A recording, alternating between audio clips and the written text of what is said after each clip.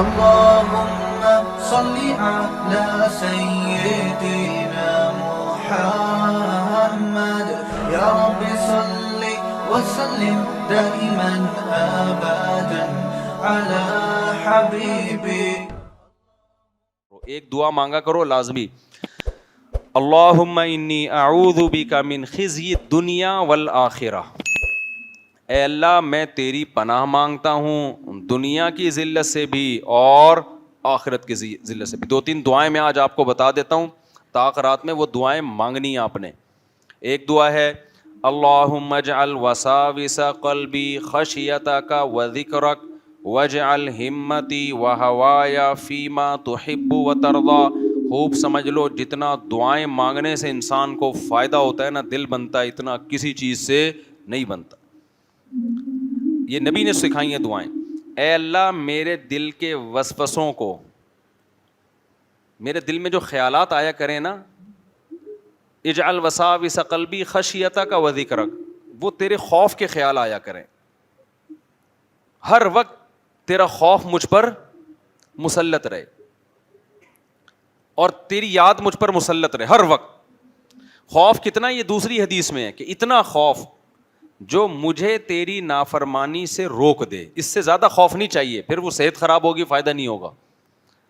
اتنا خوف ما تحول به بیننا وبین معصیتک, جو میرے اور تیری نافرمانی کے درمیان آڑ بن جائے, رکاوٹ بن جائے. یہ گھڑی صحیح ہے؟ مجھے تو لگ رہا ہے میں بہت تھک گیا ہوں, تو یہ تو ابھی تک صرف اتنا ہی ٹائم ہوا ہے, ابھی بس 5 منٹ میں بات ختم کر رہا ہوں. یہ دعا مانگا کریں, اللہم اجعل وساوس قلبی خشیتک وذکرک واجعل ہمتی وہوایا فیما تحب وترضی. انسان جب بھی کوئی کام کرتا ہے نا, 2 جذبوں سے کرتا ہے. یا تو خواہش ہوتی ہے اس کی, یا اس کام کی خواہش تو نہیں ہوتی لیکن ہمت پیدا ہو جاتی ہے. کام مشکل ہوتا ہے لیکن ہمت پیدا ہو جاتی ہے, ارادہ ہو جاتا ہے. تو اللہ میرے ارادے اور میری خواہشات ان کاموں کو بنا دے جن کاموں کو تو پسند کرتا ہے. دل ہی ان کاموں کا چاہا کرے جو تجھے پسند ہیں, اس کے علاوہ دل ہی نہ چاہے. ابے کیا ہو گیا, کتنے لوگ رمضان کے انتظار میں ہوتے ہیں نا, رمضان آنے والا ہے آنے والا ہے آنے والا ہے, خوشی ہوتی ہے نا.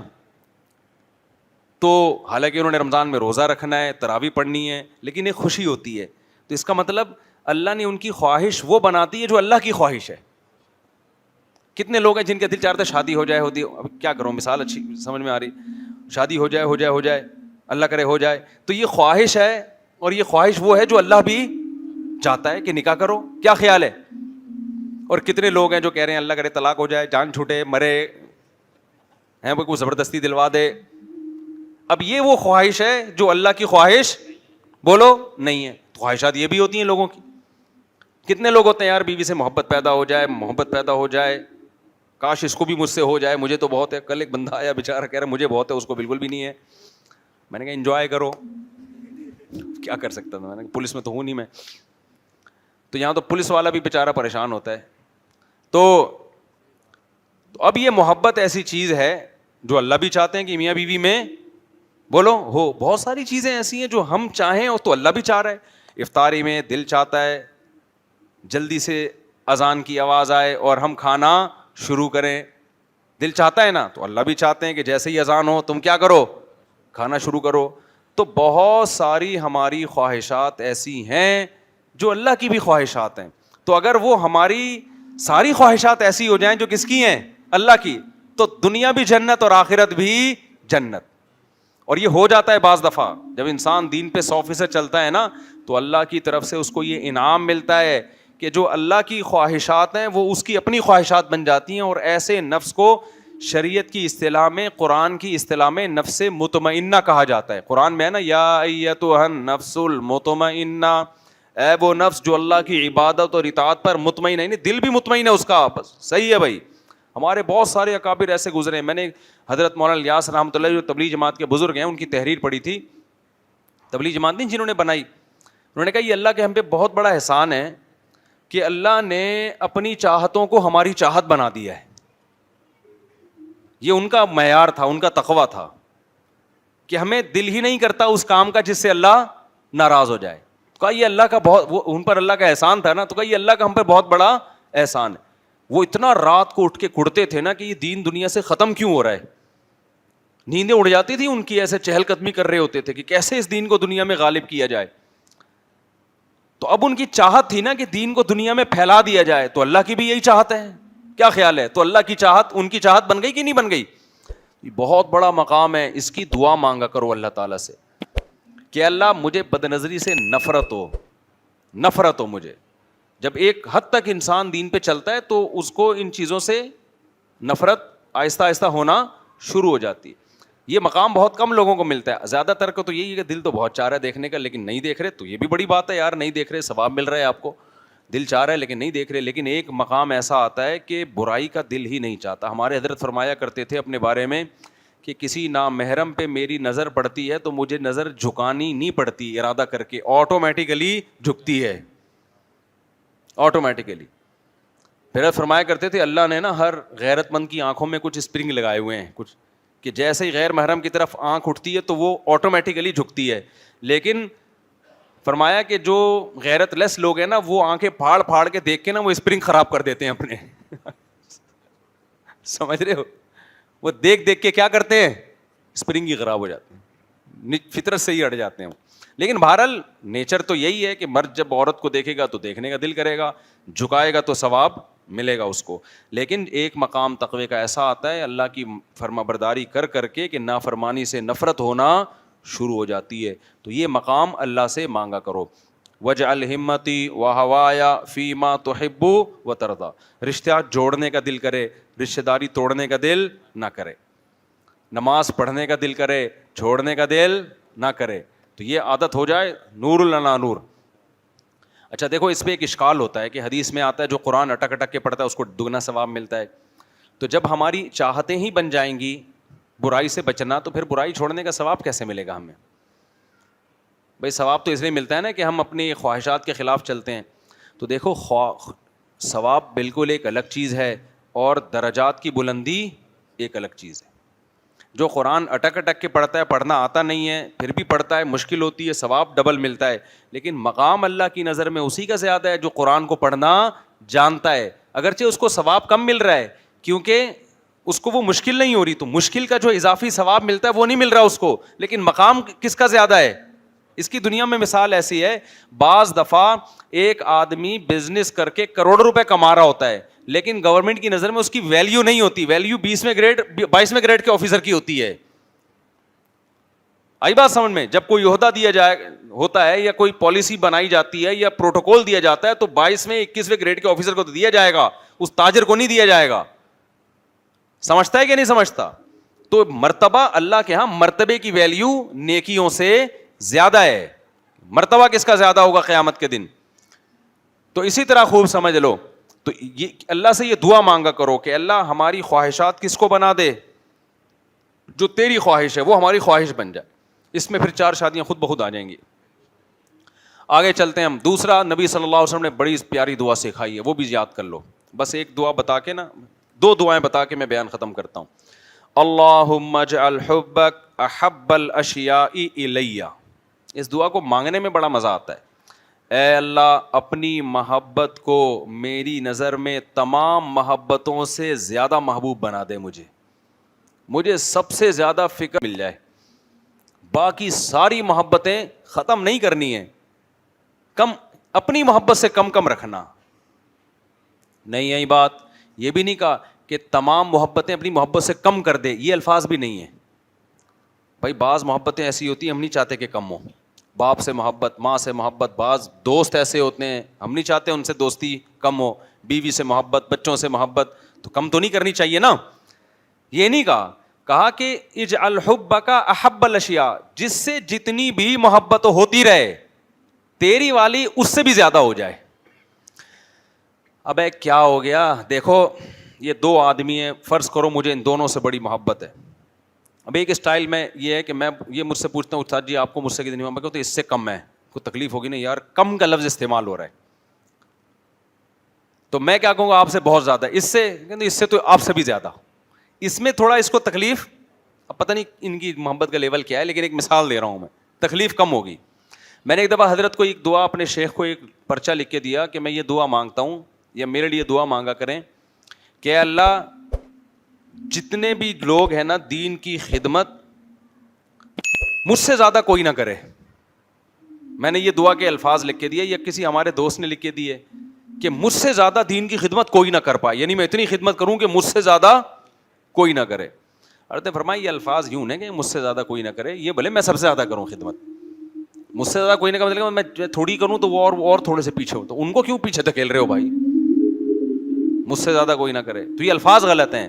الفاظ یہ ہونے چاہیے کہ میں دین کی خدمت میں سب سے آگے نکل جاؤں, تو دوسرے نکلیں بھائی, ہمیں ان پر کوئی اعتراض نہیں ہے, بہت زیادہ اللہ ان سے دین کا کام لے, لیکن جس سے بھی جتنا کام لے رہا ہے ہم سے اللہ تو اس سے تھوڑا سا زیادہ لے.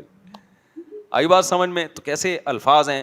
تو نبی نے بھی یہ نہیں الفاظ سکھائے کہ اے اللہ ساری محبتوں کو اپنی محبت سے نیچے کر دے, نہ بھائی, بہت سی محبتیں ہمیں بڑی محبوب ہیں, ہم نہیں چاہتے وہ تھوڑا سا بھی نیچے ہوں, ٹھیک ہے نا.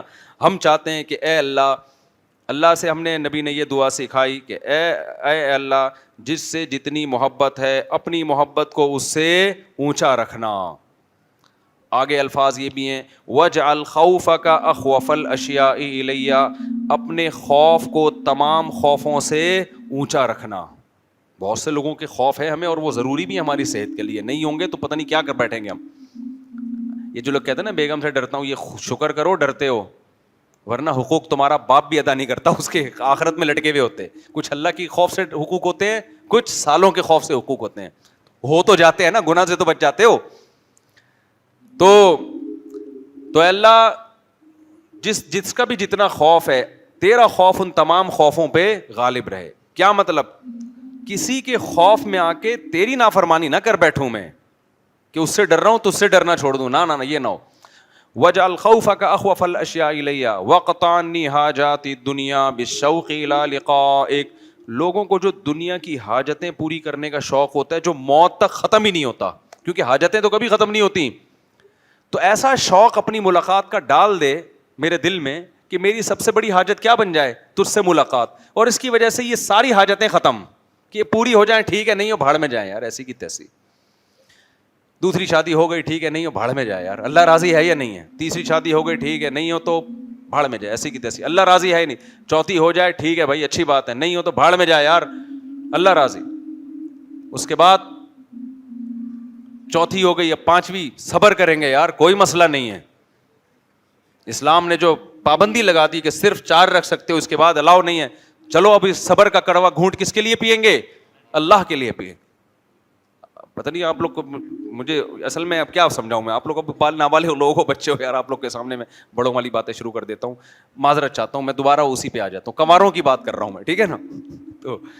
تو ساری حاجتیں کیا بن جائیں, اے اللہ تجھ سے ملاقات کا شوق اور تیری رضا کا جذبہ اتنا غالب آ جائے کہ یہ دنیا کی حاجتوں کے انڈے بچے میرے سامنے, ان کی کوئی ویلیو نہ رہے. وقت انی حاجات دنیا بالشوق الی لقائک, آگے بڑی ہی مزیدار دعا ہے. وَإِذَا أَقْرَرْتَ أَعْيُنَ أَهْلِ الدُّنْيَا مِن دُنْيَاهُمْ فَأَقْرِرْ عَيْنِي مِنْ عِبَادَتِكَ. اے اللہ دنیا داروں کی آنکھیں دنیا سے ٹھنڈی ہوتی ہیں, آج میں نے فلاں گاڑی خریدی, آج میں نے یہ والے کھانا کھایا, آج میں نے یہ کیا, آج میری تنخواہ ڈبل ہو گئی. ٹھیک ہے بھائی, ہوتی ہیں, یہ نیچرل ہے, لیکن میری آنکھیں جب دنیا داروں کی آنکھیں دنیا سے ٹھنڈی ہو رہی ہوں تو میری لذت تو عبادت میں پیدا کر دے. یہ نہیں کہا جا رہا کہ مجھے یہ دنیا نہ دے. آنکھیں ٹھنڈی ہونا کسے کہتے ہیں؟ بہترین لذت, بہترین لذت. یہ تو نیچرل ہے نا, آپ کے پاس اچھی گاڑی آ گئی, اچھا گھر آ گیا, انسان کو خوشی ہوتی ہے. اس خوشی کو آگ لگانے کا حکم نہیں دیا جا رہا اس دعا میں. ہو خوشی, آنکھیں ٹھنڈی ہونا بہت بڑی خوشیوں کو کہتے ہیں. بہت بڑی خوشی کس میں ہو؟ جب تیرے ساتھ میں رات کو مصلی پہ کھڑا ہو کر نماز پڑھوں, سجدہ کروں, دعائیں مانگوں, اس میں وہ لذت ملے جو دنیا داروں کو بنگلوں میں اور جائیدادوں میں مل رہی ہوتی ہیں لذتیں. اور یہ ہمارے بڑے بڑے علماء سے یہ ثابت ہے. حضرت پیر عبد القادر جیلانی رحمۃ اللہ علیہ کا مشہور واقعہ ہے نا, کسی نے بادشاہ نے کہہ دیا کہ میں یہ دینا چاہتا ہوں, آپ کو یہ دینا چاہتا ہوں. انہوں نے کہا بھائی میں رات کو اللہ کے سامنے اٹھ کے جو اللہ سے باتیں کرنے میں جو مجھے لذت محسوس ہوئی ہے نا, وہ خالق کائنات کے سامنے کھڑے ہوئے ہیں نا, ساری کائنات کو چلانے والا بادشاہ, اس سے جب سے تعلقات بحال ہوئے تو مجھے یہ جو اپنی گدڑیا ہے نا, یہ جو گڈری, یہ کیا کہتے ہیں اس کو, بوری جو ہوتی ہے, مجھے یہ تیرے ہاں انہوں نے تو یہ الفاظ کہے تھے کہ اس کے بعد بھی اگر میرے دل میں تیری سلطنت کی کوئی لالچ ہو تو اللہ کرے میرا منہ ایسا کالا ہو جائے جیسے تیرا تاج کالا ہے. یعنی اس کو میں 2 ٹکے کا نہیں سمجھتا. سمجھتے ہو کہ نہیں سمجھتے ہو؟ تو یہ نہیں کہا جا رہا کہ یہ چیزیں 2 ٹکے کی ہیں, یہ مقابلے میں کہ اللہ کی محبت اور اللہ کے سامنے کھڑے ہونے کی لذت اس کے مقابلے میں 2 ٹکے کی ہیں. بہرحال کیونکہ ٹکے ٹکے کے لوگ نا مجھ پہ اعتراض شروع کر دیتے ہیں, ادھر بیان تو اللہ کی محبت پہ کر رہے اور ادھر نہاریاں پھوڑی جا رہی ہیں. تو ٹکے ٹکے کے لوگوں کو میں بتانا چاہ رہا ہوں کہ یہ جو 2 ٹکے کی مثال دی گئی ہے یہ اللہ کی محبت کے مقابلے میں دی گئی ہے. اللہ کے محبت کے مقابلے میں میرے بھائی نلی نہاری اور جاوید نہاری کیا ہے, واقعی 2 ٹکے کی نہیں ہے. تو ٹکے ٹکے کے لوگوں کمنٹس کر رہے ہوتے ہیں, ان کو سمجھانا پڑتا ہے. اچھا آگے چلتے ہیں. وقت انی حاجاتی دنیا بالشوق الی لقائک واذا اخررت اعین اہل دنیا من دنیاہم فاخرج عینی من عبادتک. اور ایک آخری دعا, بس اردو میں یاد کر لو اس کو, بے شک عربی میں نہیں. اللہم اقسم لنا من خشیتک ما تحول به بیننا وبین معصیتک. اے اللہ اپنا اتنا خوف دے دے کہ جو میرے اور تیری نافرمانی کے درمیان دیوار بن جائے. دل چاہے بھی گناہ کی طرف جانے کا, تیرا خوف مجھے اس گناہ سے روک لے. اس سے زیادہ نہیں, کیونکہ فائدہ نہیں اس سے زیادہ خوف کا. بعض صوفی ہوتے ہیں نا ہر وقت ڈر ڈر کے ہڈیوں کا ڈھانچہ بنے ہوئے, کسی کام کے نہیں ہوتے, وہ کوئی کام کے رہتے ہی نہیں نا, سوسائٹی پہ بوجھ بن جاتے ہیں. تو بوجھ تھوڑی بننا ہے ہم نے, ایک اچھی ہنسی خوشی والی زندگی گزارنی ہے. لیکن خوف اتنا ہو کہ یہ خوشیاں اتنے زیادہ فری نہ ہو جائیں کہ برائیوں کی طرف جانا شروع کر دیں. ایسی لائف نہیں چاہیے ہمیں. آگے اقسم لنا من خشیتک ما تحول به بیننا وبین معصیتک ومن طاعتک ما تبلغنا به جنتک. اپنی اطاعت کا اتنا جذبہ جو جنت تک پہنچا دے. جو کہاں تک پہنچا دے؟ اس میں بھی یہ نہیں کہ کوئی بہت ہی کوئی خلائی مخلوق بن جائے. حضرت جی اتنے پہنچے ہوئے, ایسے پہنچے ہوئے ہوتے ہیں نا حضرت جی, اتنے پہنچ جاتے ہیں کہ اس دنیا میں سروائیو کرنے کے قابل رہتے ہی نہیں ہے. وہ بہت ہی کچھ خلائی مخلوق بن جاتے ہیں. تو بھائی اے اللہ اتنی اطاعت, کیونکہ اس دنیا میں بھی تو رہنا ہے نا. زیادہ ہی کچھ صوفی بن گئے عجیب سے تو پھر ادھر کا کسی کام کا نہیں رہتا آدمی. ایک صحابی کی شادی ہوئی نا, تو دلہن بیٹھی ہوئی ہے, وہ دلہن کمرے میں آئی اور مصلی پہ نیت باندھ کے کھڑے ہو گئے. دلہن دیکھ رہی ہے بھائی نہ میرے سے بات کر رہے ہیں نہ بیٹھ رہے ہیں. ان کے دل میں اللہ کی محبت اتنی, ان کو دلہن سے زیادہ اللہ کی طرف رغبت. پوری رات تہجد میں گزار دی. دلہن نے کہا چلو صبح بیٹھیں گے, صبح روزہ, سحری میں روزے کی نیت. چند دن گزر گئے, پوری رات تہجد, سارا کیا یار تقویٰ بہرحال خاندانی تھا یا نہیں تھا. یہ نہیں کہ کوئی بیماری تھی ان کو, اللہ کا خوف, اللہ کی محبت. تو ان کی زوجہ نے جا کے نبی سے شکایت کی کہ یا رسول اللہ ان کو ہم میں کوئی رغبت نہیں. پھر آپ نے ان کو بلا کے پوچھا کیا مسئلہ ہے؟ تو انہوں نے بتایا کہ بس اللہ کی عبادت میں, آخرت میں. تو پھر آپ نے فرمایا تم پہ تمہاری زوجہ کا بھی حق ہے, اپنی جان کا بھی حق ہے, اس طرح صحت بھی خراب ہو جائے گی. پھر صحابی کو کی طبیعت میں اعتدال پیدا ہوا. لیکن اس سے بہرحال صحابہ کے تقوی کا معیار کا پتہ چلتا ہے. یہ پتہ چلتا ہے کہ کس قدر. ایک تابعی تھے نا, ان کا میں نے واقعہ سنا, بھی نام بھول گیا ان کا. ان کے جب شادی ہوئی نا تو دلہن کا کمرہ سجایا گیا. پہلے یہ ہمیشہ سے سجتا آ رہا ہے, بعض لوگ کچھ زیادہ مسالہ لگ جاتا ہے, سادگی سے شادی کر رہے ہیں, کنٹینر میں رخصتی ہو رہی ہے بالکل نا, یعنی کنٹینر ٹائپ کا کمرہ کہ جتنا پھول لگانے ہیں نہ وہ. ابے اتنا ایسا بھی نہیں ہے بھائی. جب ایک شادی ہو رہی ہے تو کپڑے تو اچھے پہنو. تو سادگی کا مفہوم نا کچھ الٹا ہی لے لیا لوگوں نے. میرے پاس یہاں دولہے آئے ہوئے ہوتے ہیں نا, میں گواہ کو دولہا سمجھ رہا ہوتا ہوں, جو دولہا ہوتا ہے وہ ایسے کپڑوں میں بیٹھا ہوتا ہے. بھائی تیری شادی ہو رہی ہے, تو کچھ تو اچھے کپڑے پہن کے آ جاتا آج. تو یہ بھی سادگی نہیں, حماقت ہے, یہ بیوقوفی ہے کہ سو کے اٹھے اور اپنی شادی میں چلے گئے. وہ بھی غلط ہے, بیوٹی پارلر میں گھنٹوں گھنٹوں تیار ہو رہے ہو, تم آدمی ہو, تم عورت تھوڑی ہو. لیکن یہ بھی غلط ہے کہ آپ کو نہا دھو تو لیتا, کچھ تھوڑے سے تو اچھے کپڑے پہن لیتا.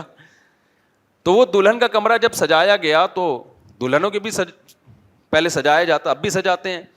تو جب ان کی رخصتی ہوئی نا دلہن کی, وہ جب کمرے میں گئے تو اب وہ بڑے اللہ والے بزرگ تھے, تو وہ مصلی پہ کھڑے ہو گئے نماز پڑھنے نا.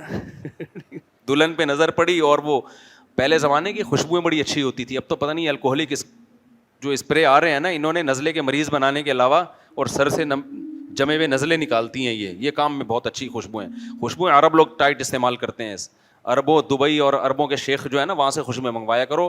تم لوگ انگریزوں سے خوشبو منگواتے ہو, الکوہلک خوشبوئیں, عربوں کی خوشبو استعمال کرو, پھر تمہیں دماغ معطر ہوگا تمہارا. وہ ان کی جو دھنیاں ہوتی ہیں خوشبوؤں کی بڑی مزے کی ہوتی ہیں, تو خوشبو بھی بڑی اچھی ہوتی تھی. اب وہ کمرے میں گئے تو وہ مصلی پر ان کی دلہن تھی, وہ بھی کوئی اللہ والی بزرگ تھی, انہوں نے 1-1.5 گھنٹہ انتظار کیا, وہ بھی کھڑی ہو گئی مصلی پہ, چلو بھائی. اب دونوں دلہا دلہن کیا کر رہے ہیں, نماز پڑھ. تو صبح جو تھی نا, وہ جیسے رشتے دار ملنے آتے ہیں نا دلہن سے, ان کے بھائی آئے اور لوگ آئے خاتون کے کہ بھائی آپ نے شوہر کو کیسا پایا, انہوں نے کہا ابھی تک نماز سے فرصت ملی نہیں ہے. اب رشتے داروں نے پکڑ لیا دولہا کو, بھائی تم ساری رات نماز پڑھتا رہے, تجھے دلہن ملی ہے. انہوں نے کہا بھائی بات یہ ہے, جب میں اس کمرے میں آیا تو میرے جب اتنا خوبصورت کمرہ اور سجی ہوئی دلہن, تو مجھے خیال آیا کہ وہ جنت کیسی ہوگی جو اللہ نے اپنے نیک بندوں کے لیے تیار کر کے رکھی ہے. جب یہ دنیا میں چند پیسوں سے اتنا بہترین ڈیکوریٹ کمرہ اور ایسی خوبصورت دلہن, تو جو خدا نے اپنے بندوں کے لیے تیار کر کے رکھا ہے آخرت میں سامان اور بالا خانے اور حوریں, وہ کیا ہوں گی. کہہ رہے میں اس سب کو بھول کے کس جنت میں گم ہو گیا اس آخرت, اور میں اللہ سے مانگنے لگا, اے اللہ مجھے اس جنت سے محروم نہ کرنا. پوری رات میں یہی دعائیں مانگتا رہوں. بعض دفعہ کوئی چیز دیکھتا ہے نا انسان تو اس کا آخرت کا استحضار ہوتا ہے, تو میں تو بھائی اسی میں لگ گیا ساری رات کہ اللہ یہ ملے نہ ملے, مجھے کیا چاہیے, آخرت کی جنت چاہیے. تو یہ ان لوگوں کے جذبات تھے. ٹھیک ہے, ایسے موقع پہ بعض دفعہ غلبہ ہو جاتا ہے نا کسی چیز کا, نارمل تو آپ نہ شروع کر دیں کہیں جائیں, اور بیگم اتنی نیک نہیں ہے کہ پیچھے مصلی پہ کھڑے ہو جائے گی, وہ فوراً کورٹ سے کھلا کے پیپر جمع کرا دے گی, بندہ کیا ہے اوپر سے فارغ ہے یہ. تو وہ پرانے زمانے میں دلہن بھی تھی, جب دیکھا میاں نماز پڑھ رہا ہے, اس نے کہا چلو ہم بھی نماز پڑھ لیتے ہیں. آج کل کی دلہنیں نہ دولہا اس طرح کے مارکیٹ میں ملیں گے اور نہ دلہنیں ملیں گی, آرڈر پہ بھی نہیں بنوائے جا سکتے اس طرح کے. اب تو وہ دعا کیا ہے جلدی سے مکمل کر لیتا ہوں. اللہم اقسم لنا من خشیتک ما تحول به بیننا وبین معصیتک ومن طاعتک ما تبلغنا به جنتک ومن الیقین ما تہون به علینا مصائب الدنیا. اے اللہ تقدیر پر ایسا یقین نصیب کر دے اور اپنے وعدوں پر کہ دنیا کی مصیبتیں ہلکی لگنے لگیں. جب کوئی مصیبت آئے تو فوراً دماغ میں یہ جائے کہ یہ مصیبت میرے مقدر میں تھی اور اس کا تو مجھے اجر دے گا. یہ یقین اس مصیبت کو مصیبت نہ رہنے دے, ٹینشن ہی ختم ہو جائے. اس میں یہ بتا دیا کہ ٹینشن صرف اسی نیت سے, اسی جذبے سے ختم ہوتی ہے. ٹینشن کی گولیوں سے ختم نہیں ہوتی, وہ وقتی طور پہ فائدہ دیتی ہیں. جب تک یہ جذبہ نہیں ہوگا بھائی, جو مصیبت پہنچنی تھی وہ پہنچنی تھی, اور دینے والا کون ہے, اللہ, وہ اس کا نعم البدل دے گا مجھے. اے اللہ ایسا یقین دے دے جس سے یہ مصیبتیں میرے لیے ہلکی ہو جائیں. ومن الیقین ما تہون به علینا مصائب الدنیا ومتعنا باسماعنا وابصارنا وجمیع قواتنا ابدا ما ابقیتنا. اب سوال پیدا ہوتا ہے بھائی یہ تو ساری چیزیں آخرت کے لیے مانگ رہا ہے, کچھ دنیا کے لیے بھی مانگ لے. تو اے اللہ دنیا کے لیے یہ مانگتا ہوں کہ جو تو نے مجھے صلاحیتیں دی, آنکھ, ناک, کان, دیکھنے کی صلاحیت, چکھنے کی صلاحیت, سننے کی صلاحیت, یہ تمام کی تمام صلاحیتیں موت تک برقرار رکھنا, معذوری نہ ہو مجھے. آنکھ سے دیکھتا رہوں, کانوں سے سنتا رہوں, دانتوں سے چباتا رہوں, اور ان نعمتوں کو میرے لیے آخرت میں بھی ذخیرہ بنا دے. سمجھ میں آ رہی بات؟ وہ چیز دیکھوں جس کے دیکھنے سے ثواب ملے, وہ چیز سنوں جس کے سننے سے ثواب ملے, وہ کھاؤں جس کے کھانے سے ثواب ملے. نتیجہ کیا نکلے گا, دنیا میں بھی مزے اور وہ مزے آخرت میں بھی ترقی کا ذریعہ بن جائیں گے. وَاجْعَلْهُ الْوَارِثَ مِنَّا وَاجْعَلْ ثَأْرَنَا عَلَىٰ مَنْ ظَلَمَنَا وَانصُرْنَا عَلَىٰ مَنْ عَادَانَا. اور جو بھی ہمارے اوپر ظلم اور زیادتی کرے, ہمارے حکمرانوں میں سے, ہمارے بڑوں میں سے, دفتروں میں ہوتا ہے کوئی زیادتی کر رہا ہوتا ہے, تو اے اللہ اس کے خلاف تو ہماری مدد کر, تو خود اس سے انتقام لے, کیونکہ سب کچھ صحیح چل رہا ہوتا ہے, کوئی دوسرا آپ کے معاملات خراب کرنا شروع کر دیتا ہے. وَاجْعَلْ ثَأْرَنَا عَلَىٰ مَنْ ظَلَمَنَا وَانصُرْنَا عَلَىٰ مَنْ عَادَانَا وَلَا تَجْعَلْ مُصِيبَتَنَا فِي دِينِنَا وَلَا تَجْعَلِ الدُّنْيَا أَكْبَرَ هَمِّنَا. اور اے اللہ دنیا کو میری بہت بڑی فکر نہ بنا دے, سب سے بڑی فکر آخرت بنے, دنیا کی فکر اس سے چھوٹی رہے. تو یہ بہت زبردست دعا ہے. یہ دعائیں دیکھو, مناجات مقبولہ کے نام سے ایک کتاب آتی ہے, حضرت مولانا اشرف علی تھانوی رحمہ اللہ نے لکھی ہے. اس میں نا پورے ہفتے کی دعائیں ہیں, ایک ایک ہفتے, پورے ہفتے پہ ڈیوائڈ ہوئی ہوئی ہیں کہ ہفتے کو یہ, اتوار کو یہ, پیر کو یہ, منگل کو یہ, بدھ کو یہ, جمعرات کو یہ, جمعے کو یہ. اس جمعے کے بعد بھی کچھ دعائیں ہیں وہ آپ کٹ کرتے ہیں, وہ ان کی نہیں ہے, وہ لوگوں نے ایڈ کر دی ہیں اس میں. تو وہ 7 دنوں کی دعائیں جو انہوں نے لکھی ہیں نا, وہ اس لیے لکھی ہیں کہ قرآن و سنت میں جہاں جہاں بھی دعائیں ملیں انہوں نے ایک کتاب میں جمع کر دیا. اب وہ بہت ساری دعائیں بن گئی ہیں, تو ان دعاؤں کا پڑھنا ڈیلی بڑا مشکل کام ہے, تو اس کو 7 دنوں پہ ڈیوائڈ کر دیا کہ ہفتے میں یہ مانگ لیں, اتوار میں یہ مانگ لیں, پیر میں, تو برابر حصوں میں. اس کا فائدہ یہ ہوگا کہ شروع میں آپ کو وہ دعائیں پڑھنا مشکل لگے گا, اس کے بعد جب 1 سال تک آپ پڑھتے رہیں گے نا, وہ آپ کو خود بخود رٹ جائیں گی, اور وہ ترجمے والی لیں تو دعاؤں کا ترجمہ بھی یاد ہوتا رہے گا. اس سے ہوگا یہ کہ آپ کے پاس مانگنے کے لیے نا الفاظ کا بہت بڑا ذخیرہ آپ کے پاس آ جائے گا. آپ آج لوگ ہاتھ اٹھا کے دعا مانگتے ہیں, ان کو پتہ ہی نہیں کہ مانگنا کیا ہے. ہم 2-4 چیزیں مانگنے کے بعد دعا کے الفاظ ختم ہو جاتے ہیں. تو وہ مناجات, بلکہ واسے کے ذمہ لگائیں, واسے کہاں ہیں, یہ مناجات مقبولہ نا یہاں لا کے رکھو, اور بغیر پروفٹ کے ان کو بیچو, فری میں نہیں دینا کسی کو. جتنے کی آئی, جتنے کاسٹ ہو اسی کاسٹ پہ ان کو بیچ دو, کیونکہ فری میں جو چیز ملتی ہے اس کی قدر نہیں ہوتی. اور میں نے بتایا جمعے کی دعائیں جہاں ختم ہو رہی ہیں نا, اس کے بعد بھی بہت کچھ ہے, تو اس کو چھوڑ دیں. صرف آپ نے کیا کرنا ہے, ہفتہ اتوار, پیر, منگل, بدھ, جمعرات, جمعے تک کی دعائیں اس کو روزانہ, ہفتے والے ہفتے, پھر اتوار. کوئی شرعی یہ نہیں ہے کہ کوئی مجھ پہ فتویٰ دے دے کہ یہ پیر, یہ ثابت کرو کہ یہ دعا پیر کو مانگنی ہے. بھائی پیر والی آپ ہفتے کو مانگ لو. وہ ڈیوائڈ انہوں نے آسانی کے لیے کیا ہے کہ 7 دنوں میں جب آپ ڈیوائڈ کر لیں گے تو روزانہ دعا بھی ہو جائے گی, اور آسانی سے قرآن و سنت کی تقریباً جتنی دعائیں ہیں وہ تقریباً اس میں آ گئی ہیں. تو شروع میں مشکل ہوگی, میں نے بتایا جب پڑھتے رہیں گے, مانگتے رہیں گے, آہستہ آہستہ وہ الفاظ آپ کی زبان پہ چڑھ جائیں گے, آپ کو یاد ہو جائیں گے. اللہ تعالیٰ سمجھنے کی, عمل کی توفیق. کل